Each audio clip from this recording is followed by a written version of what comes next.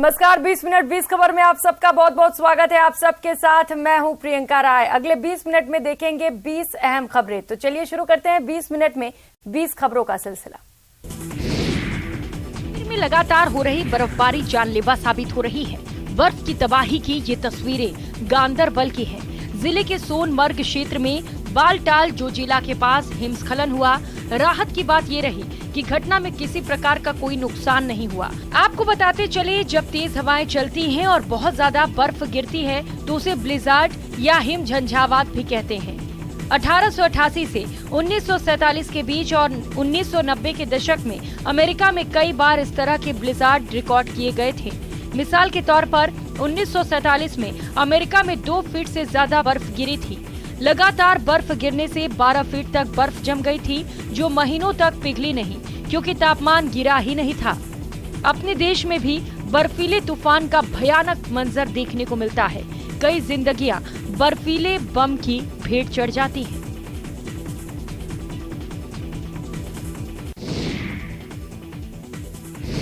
इस वक्त पूरा उत्तर भारत भयंकर ठंड की चपेट में है। उत्तराखंड भी इससे अछूता नहीं है। कोहरे और शीतलहर ने पहाड़ वासियों का जीना मुहाल किया हुआ है। आपके टीवी स्क्रीन पर नजर आ रही तस्वीरें उत्तरकाशी की है। गंगोत्री यमुनोत्री धाम में बर्फबारी जारी है। दोनों ही धाम में बर्फ की सफेद चादर बिछ गई है। तस्वीरें गंगोत्री धाम से सामने आई हैं, जहां बुधवार शाम से रुक रुक कर बर्फबारी जारी है, जिससे कि कड़ाके की ठंड पूरे क्षेत्र में महसूस की जा रही है। औली में सीजन की पहली बर्फबारी हुई है। यहाँ चारों तरफ बर्फ ही बर्फ दिखाई दे रही है। बुधवार देर रात से अचानक पहाड़ों पर मौसम की पहली बर्फबारी हुई। इस वर्ष की पहली बर्फबारी से बद्रीनाथ धाम, हेमकुंड साहिब और औली बर्फ की सफेद चादर से ढक गया है। जनवरी में हुई बर्फबारी से पहाड़ों में ठंड भी बढ़ गई है।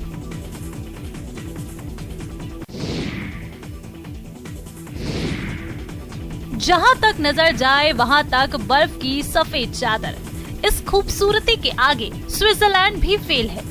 बर्फबारी की जिन तस्वीरों पर आपका दिल कुर्बान है वो जम्मू कश्मीर के पुंछ की हैं। लेकिन सैलानियों को लुभाने वाली बर्फ की सफेद चादर यहाँ के लोकल लोगों के लिए आफत साबित होने लगी है। जी हाँ, मौसम की पहली बर्फबारी से ही लोगों को तमाम तरह की परेशानियों का सामना करना पड़ रहा है। वाहनों की कमी के चलते लोगों को पैदल आवाजाही करनी पड़ रही है। इसको लेकर स्थानीय लोगों ने जिला प्रशासन से मांग की है कि प्रभावित क्षेत्रों की सड़कों से बर्फ हटाने की व्यवस्था की जाए, ताकि लोगों को कम से कम परेशानियों का सामना करना पड़े। लोगों ने बिजली, पानी और राशन की सप्लाई को भी नियमित बनाए रखने की मांग की है। तो एडमिनिस्ट्रेशन से गुजारिश है कि इन इलाकों को देखिए, क्योंकि यहाँ पे जो है कोई फैसिलिटी उतनी तो है नहीं, जो कि लाइट हो या कि पानी का बंदोबस्त हो। पानी में जो है ठीक है, अभी थोड़ी बर्फ की भारी होने से जो है पानी में राहत मिल सकती है थोड़ा। ऐतिहासिक दुर्ग और कलात्मक हवेलियों के साथ रेत के धोरों के लिए मशहूर जैसलमेर की पहचान अब शाही शादियों के आयोजन से भी देश विदेश में बन रही है। जी हाँ, स्वर्ण नगरी के पर्यटन में डेस्टिनेशन वेडिंग का नाम अब सबसे ऊपर आ चुका है। पिछले कुछ सालों में जैसलमेर डेस्टिनेशन वेडिंग के लिए पसंदीदा जगह बन चुका है। देश के बड़े घराने हो या फिर विदेशों में रहने वाले NRI, ये सभी जैसलमेर आकर शादी समारोह आयोजित करना चाह रहे हैं। बड़ी इवेंट कंपनियों की सूची में अब जैसलमेर का नाम शामिल हो चुका है। उनके पैकेज में जैसलमेर में रॉयल शादी समारोह सबसे ऊपर देखने को मिलता है। पिछले 2 महीनों में ही यहाँ 30 से अधिक शादी समारोह हो चुके हैं।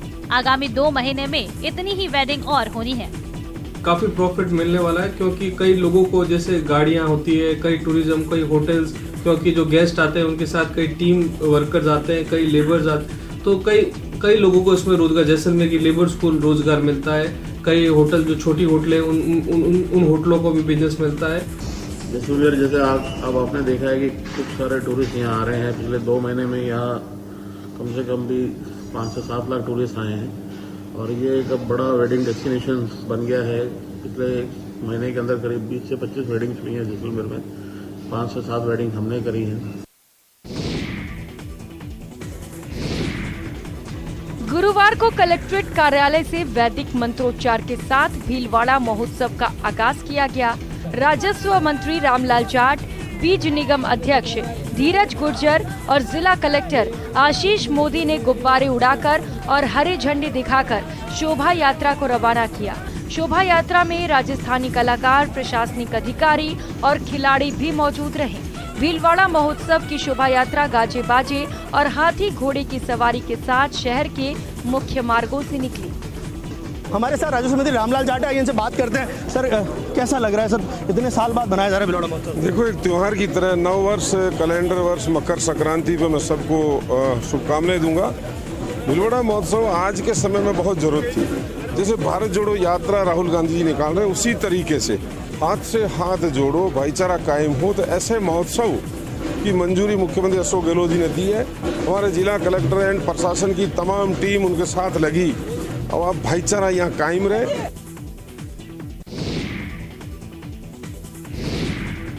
क्या कोई पेड़ भी दूध दे सकता है? यकीन नहीं हो रहा ना, लेकिन बात सच है। दरअसल आधुनिकता और विज्ञान के इस दौर में कभी कभी कुछ ऐसी घटना सामने आ जाती है जो हम सबको हैरान कर देती है। नीम के पेड़ से दूध जैसे पदार्थ निकलने की ये तस्वीरें दौसा के भांडारेट से आई है। नीम के पेड़ से दूध निकलना लोगों के लिए कौतूहल का विषय बना हुआ है। नीम के पेड़ से दूध निकलने की घटना आग की तरफ फैल गई, जिसे देखने के लिए दूर दूर से लोग पहुंचने लगे। इतना ही नहीं, लोगों का मानना है कि ये पदार्थ औषधि का भी काम कर रहा है। लोग इसे भगवान का प्रसाद समझकर अपने घरों में ले जा रहे हैं और दवाओं के तौर पर इसे इस्तेमाल कर रहे हैं। इस दूध से पता चला कि हाथ में जो खुजली हो जाती है वो मिट गई, इसलिए हम और दूध ले जा रहे हैं ताकि भविष्य में कभी खुजली हो तो ये काम आ जाए दूध। कोने में दुबक कर बैठा ये मासूम सा दिखने वाला बंदर असल में काफी उत्पाती है। इसने वन विभाग तक को सरेंडर करने के लिए मजबूर कर दिया है। इसे पकड़ने आए लोग खाली हाथ मुंह लटकाए लौट गए। तस्वीरें झारखंड के देवघर की हैं। बंदर ने बाबा बैद्यनाथ मंदिर में तीर्थ पुरोहितों और यहाँ पहुँचने वाले श्रद्धालुओं की नाक में दम कर रखा है। दरअसल बंदर देवघर के तपोवन से शहर के बाबा बैद्यनाथ मंदिर और मार्केट में पहुँच गया है। बहुत उपद्रव मचा रहा ये बंदर कई बार लोगों को काट भी चुका है। इसने पुरोहित और यात्रियों पर भी हमला किया है, जिससे लोग काफी दहशत में हैं। बंदर के उत्पात से तंग आकर मंदिर प्रबंधन ने वन विभाग से इसकी शिकायत की है, जिसके बाद वन विभाग की टीम ने मंदिर पहुंचकर बंदर को पकड़ना चाहा, लेकिन ये बंदर उनके हाथ नहीं लगा। कुछ दिन से ये बंदर शाम के टाइम में आ जाता है, कभी दोपहर में भी आ जाता है और यहाँ पे यात्रियों पर, हमारे तीर्थ पुरोहित के कुछ लोगों पर हमला भी कर चुका है, अपना दांत गंवा चुका है, घायल कर चुका है कुछ लोगों को। इसलिए हम लोग को डर लग रहा है इनसे।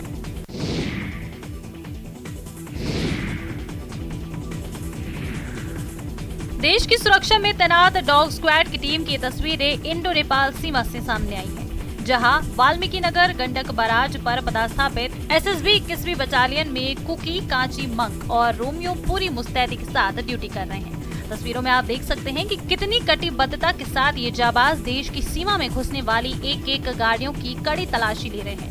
कुकी, कांची, मंक और रोमियो गाड़ी की डिक्की और सीट को सूंघ कर ये पता लगा रहे हैं कि कहीं इन गाड़ियों में कोई आपत्तिजनक सामान तो नहीं है जो देश के लिए खतरा बन सके। आपको बता दें कि कुकी, कांची, मंक और रोमियो ऐसे श्वान हैं जो विस्फोटक सामग्री और नारकोटिक सामग्रियों की विशेष पहचान रखते हैं। लिहाजा सीमा पर इन पदार्थों की तस्करी करने वालों के पसीने छूट जाते हैं। ये खूंखार जानवर सिर्फ ऑर्डर्स फॉलो करते हैं और देखते ही देखते दहशत फैला देते हैं।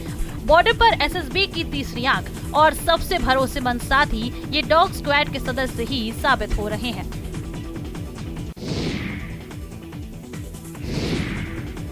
दस फीट का अजगर और उसे काबू करने में जुटे लोग। तस्वीरें यूपी के पीलीभीत से आई हैं। अमरिया थाना क्षेत्र में पड़ने वाले खली नवादा गांव में गन्ने के खेत में अजगर देख छिलाई कर रहे मजदूरों की चीख निकल पड़ी। पहले तो उन्हें अपनी आंखों पर भरोसा ही नहीं हुआ, लेकिन अब विश्वास की कोई वजह नहीं थी। मामला भांपते ही मजदूरों में भगदड़ मच गई। बताया जा रहा है कि अजगर तकरीबन 10 फीट लंबा था, इसीलिए लोग सिर पर पांव रखकर भाग गए। बहरहाल सूचना पर पहुंची वन विभाग की टीम ने मजदूरों को समझा बुझाकर मदद करने के लिए राजी किया। उनकी मदद से अजगर का रेस्क्यू किया गया। सूचना पर वन प्रभारी पहुंचे और करीब आधे घंटे की मशक्कत के बाद अजगर को पकड़ा जा सका। अजगर को सुरई के जंगल में ले जाकर सुरक्षित स्थान पर छोड़ दिया गया।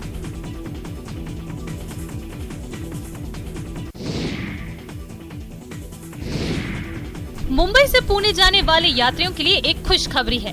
मुंबई ट्रांस हार्बर लिंक का काम नवंबर 2023 तक पूरा हो जाएगा। सेटिस्फैक्टरी काम है और बहुत ही निर्धारित समय पे काम हो रहा है। नवंबर 23 तक ये कंप्लीट हो जाएगा। मुंबई ट्रांस हार्बर लिंक, जिसका निर्माण कार्य सेवरी और नहावा शेवा नदी के बीच हो रहा है, उसका काम अब बहुत जल्द समाप्त हो जाएगा। इस पुल के बन जाने से यात्री सिर्फ 30 मिनट में मुंबई से पुणे की यात्रा कर सकेंगे। मुंबई ट्रांस हार्बर लिंक की लंबाई करीब 21.8 किलोमीटर है और इसके बनने के बाद दक्षिणी मुंबई और नवी मुंबई के बीच यात्रा के समय में भी काफी बचत होगी। इसके साथ ही ये पुल मुंबई से गोवा जाने वाले लोगों के लिए भी बड़ी मदद करेगा। जो 22 किलोमीटर का सिंगल लॉन्गेस्ट सी ब्रिज है, इसे हम वर्ली कोस्टल को कनेक्ट कर रहे हैं। नरीमन पॉइंट से सीधा नरीमन पॉइंट, ठाणे, नवी मुंबई, रायगढ़, चिरले यहाँ तक ये पहुँचेगा।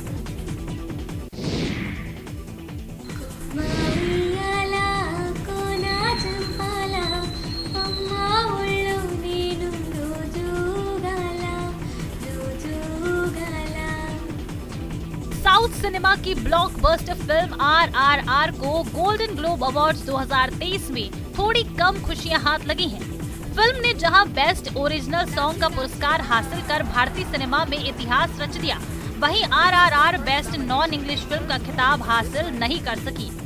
SS राजामौली की इस फिल्म को 2 कैटेगरी में बेस्ट ओरिजिनल सॉन्ग और बेस्ट नॉन इंग्लिश फिल्म के लिए नामांकन मिला था, लेकिन ये फिल्म एक पुरस्कार जीतने में ही कामयाब हो पाई। बहरहाल इस ऐतिहासिक कामयाबी पर एक्ट्रेस पूनम कौर और प्रकृति रेड्डी ने राजामौली को शुभकामनाएं दी हैं। मैं पहले राजमौली सर को कांग्रेचुलेट करना चाहूँगी, सारी टीम को कांग्रेचुलेट करना चाहूँगी। और फिल्में हमारी एक रिलीजन है। It is just not about another profession, क्योंकि जितना हम फिल्मों को सेलिब्रेट करते हैं इस इंडस्ट्री में, चाहे वो तेलुगु हो, तमिल हो, मलयालम हो, it's a part of us, it's हमारा हिस्सा है, एक कल्चरल एस्पेक्ट है। पश्चिम बंगाल के दक्षिण 24 परगना जिले में आयोजित गंगा सागर मेले को लेकर लोगों में भारी उत्साह है। तस्वीरें कोलकाता के आउटरम घाट से हैं। 8 तारीख से शुरू हुए इस मेले ने अब रफ्तार पकड़ना शुरू कर दिया है। धीरे धीरे देश और दुनिया के साधु संत और श्रद्धालु यहाँ पहुँचना शुरू हो गए हैं। मकर संक्रांति से पहले ही श्रद्धालुओं ने मां गंगा में डुबकी लगाना शुरू कर दिया है। मेला मकर संक्रांति के बाद 17 जनवरी तक चलेगा। इस बार मेले में 30 लाख से अधिक लोगों के आने की उम्मीद है। मेले को लेकर राज्य सरकार ने बड़े स्तर पर व्यवस्था की है। मुख्यमंत्री ममता बनर्जी खुद इसकी सारी व्यवस्थाओं को देख रही हैं। गंगा सागर मेले में बड़ी संख्या में आने वाले हिंदी भाषी तीर्थयात्रियों को ध्यान में रखते हुए पश्चिम बंगाल सरकार ने सभी साइन पोस्ट, बैनर और होर्डिंग हिंदी में भी लिखे जाने की विशेष व्यवस्था की है, ताकि हिंदी भाषी तीर्थयात्रियों को यहाँ रहने के दौरान किसी तरह की परेशानी का सामना न करना पड़े।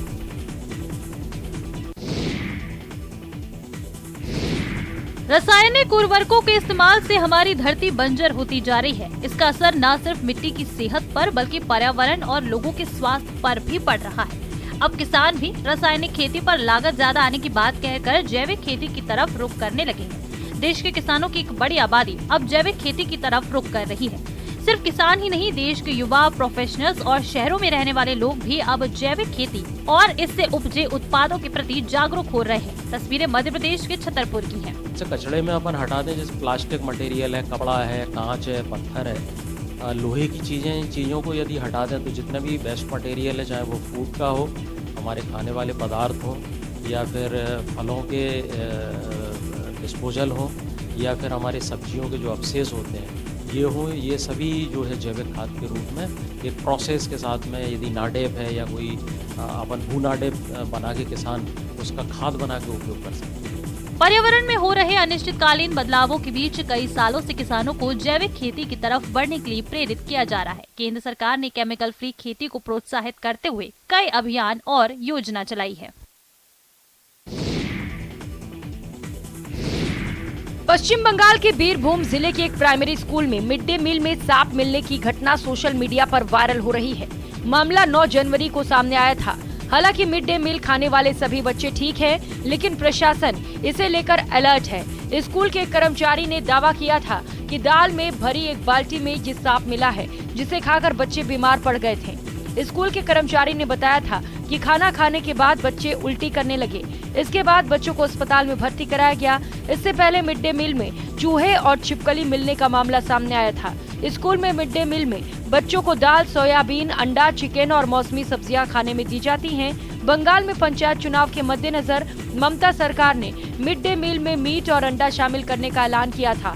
फल और मुर्गे का मांस उपलब्ध कराने के लिए राज्य सरकार ने 372 करोड़ रुपए आवंटित किए हैं। इन सब के बीच खाने में चूहे, छिपकली और सांप मिलने की घटना ने राज्य सरकार को सवालों के घेरे में खड़ा कर दिया है। ताजमहल घूमने आए विदेशी पर्यटक को दिव्यांग पत्नी को गोद में लेकर 22 सीढ़ियां चढ़नी उतरनी पड़ी। जी हां, दुनिया के टॉप मॉन्यूमेंट में से एक ताजमहल में व्हीलचेयर और रैंप की सुविधा नहीं है। 6 जनवरी को अमेरिका के न्यूयॉर्क में रहने वाले डाटा कंपनी में इंजीनियर एडम वॉकर ने ट्वीट कर ये वीडियो साझा किया है। एडम वॉकर के किए गए ट्वीट में कहा गया कि दुनिया के टॉप मॉन्यूमेंट में से एक ताजमहल के मुख्य मकबरे पर दिव्यांग के लिए ना व्हीलचेयर ले जाने की व्यवस्था है और ना ही रैंप की। इसलिए उनके रिश्तेदार को दिव्यांग पत्नी को गोद में लेकर 22 सीढ़ियां चढ़नी उतरनी पड़ी। एडम वॉकर की पत्नी भारतीय मूल की हैं और केरल की रहने वाली हैं। वो अपने साले और सलहज के साथ ताजमहल घूमने आए थे। उनकी सलहज दिव्यांग है। वाकई परेशान करने वाली बात है कि ताजमहल के मुख्य मकबरे तक जाने के लिए सिर्फ और सिर्फ सीढ़ियां हैं। दिव्यांग पर्यटकों के लिए रैंप तक की व्यवस्था नहीं है। हम सभी ने अक्सर लोगों को गाड़ी में धक्का मारते हुए देखा है। जब कभी रास्ते पर गाड़ियां खराब होकर रुक जाती हैं, तो उन्हें धक्का मारकर ही आगे बढ़ाया जाता है। आम लोग ऐसा करें तो बात समझ में भी आती है, मगर जिनके हाथों में शहर की सुरक्षा की कमान हो, जिन्हें हर समय किसी जरूरतमंद की सहायता के लिए तैयार रहना हो, अगर वो अपनी गाड़ी को धक्का लगाने के लिए मजबूर हो तो सुरक्षा व्यवस्था की ढिलाई को लेकर बहुत सारे सवाल खड़े हो जाते हैं। ये तस्वीरें यूपी के फिरोजाबाद की हैं। जिले के थाना दक्षिण पुलिस की जीप में कुछ लोग धक्का लगा रहे हैं। वायरल वीडियो सोशल मीडिया पर सुर्खियां बटोर रहा है। हालांकि न्यूज़ 18 इस वायरल वीडियो की पुष्टि नहीं करता।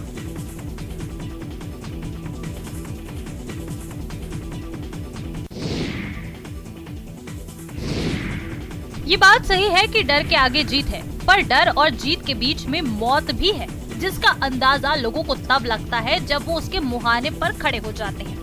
ऐसा ही कुछ एक पर्वतारोही के साथ हुआ जब वो बर्फीले पहाड़ पर चढ़ने की कोशिश करने में जुटा था। इस घटना का वीडियो भी वायरल हो रहा है। वायरल वीडियो में एक व्यक्ति पहाड़ पर बर्फ वाली कुल्हाड़ी लिए चढ़ रहा है। उसके जूतों में क्रैम्पॉन्स भी लगे हुए हैं।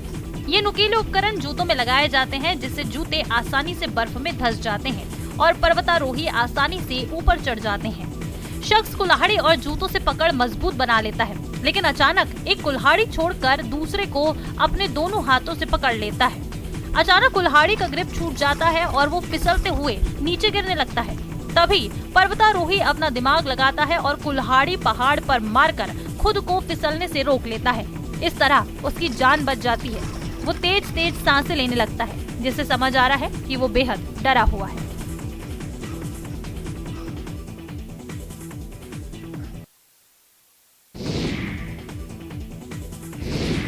शायद ही आपने किसी जानवर को वर्ल्ड रिकॉर्ड बनाते देखा होगा। ऐसा नहीं है कि जानवरों के नाम विश्व कीर्तिमान नहीं है, पर उनके वीडियोस कम ही देखने को मिलते हैं। इन दिनों एक अनोखा वीडियो वायरल हो रहा है, जिसमें एक कुत्ता अपने मालिक के साथ उछलकर वर्ल्ड रिकॉर्ड बनाता नजर आ रहा है। गिनीज वर्ल्ड रिकॉर्ड ने हाल ही में जर्मनी के एक कुत्ते बालू और उसके मालिक वुल्फ गैंग का वीडियो पोस्ट किया है। वीडियो में आप देख सकते हैं कि कुत्ता कैसे अपने मालिक के साथ कूद रहा है। दोनों के बीच तालमेल को देख आप समझ सकते हैं कि इसके लिए उन्होंने कितनी प्रैक्टिस की होगी। कुत्ते ने अपने अगले दोनों पैरों को आगे की ओर किया हुआ है, जबकि पिछले दोनों पैरों पर उछल कर वो दोबारा से खड़ा हो जा रहा है। बालू ने सिर्फ 30 सेकंड में 32 बार पिछले पैरों पर रस्सी कूदकर इस कीर्तिमान को हासिल किया है। उसका मालिक भी उसे काफी सपोर्ट कर रहा है। वीडियो वायरल हो रहा है और इसे 3 लाख से ज्यादा व्यूज मिल चुके हैं, जबकि कई लोगों ने कमेंट कर अपनी प्रतिक्रिया भी दी है।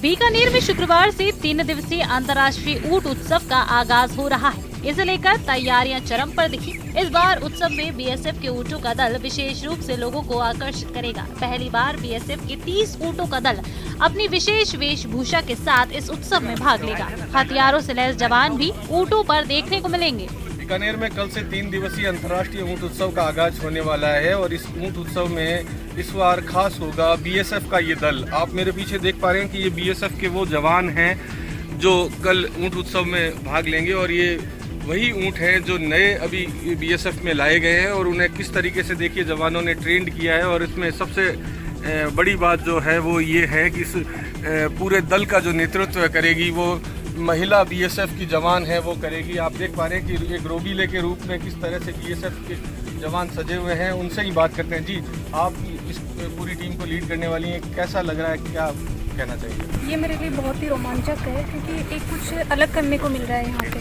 पहले आपको भी पता है कि इस बार फर्स्ट टाइम 26 जनवरी को लड़कियाँ कैमल पे राइड करेगी वहाँ पे भी। तो यहाँ सबसे पहले जब स्टार्टिंग में कैमल राइडिंग करने के लिए हम आए थे तब ऐसे लग रहा था कि नहीं कैमल पे कैसे राइड करेंगे, तब थोड़ा मन में डर बैठा हुआ था। पर थोड़ा मतलब 1-2 दिन निकलने के बाद इससे भी हम फैमिलियर हो गए थे। साईं बाबा गरीबों का गुजारा, अमीरों का सहारा, जिनके दर से आज तक कोई खाली नहीं लौटा।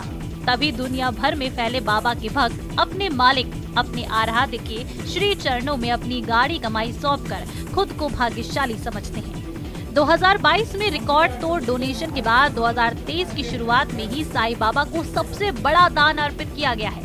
हैदराबाद के एक भक्त ने साईं मंदिर को 1 करोड़ रुपए दान में दिए ताकि मरीजों के इलाज में उसका इस्तेमाल हो सके। हैदराबाद के रहने वाले राजेश्वर ने 25-25 लाख रुपए के 4 डिमांड ड्राफ्ट साईं बाबा मंदिर ट्रस्ट को सौंपे हैं और उन पैसों को मरीजों के इलाज पर खर्च करने की इच्छा जताई है। साईं भक्त राजेश्वर के मन में भी कई श्रद्धालुओं की तरह सोने का चढ़ावा देने की बात आई थी, लेकिन सोना देने से अहंकार आने की आशंका में उन्होंने डिमांड ड्राफ्ट के जरिए दान करना तय किया। खास बात तो ये है कि 1 करोड़ रुपए के दान के बाद भी साईं भक्त भावुक हो उठते हैं। इस बुलेटिन में फिलहाल इतना ही। नमस्कार।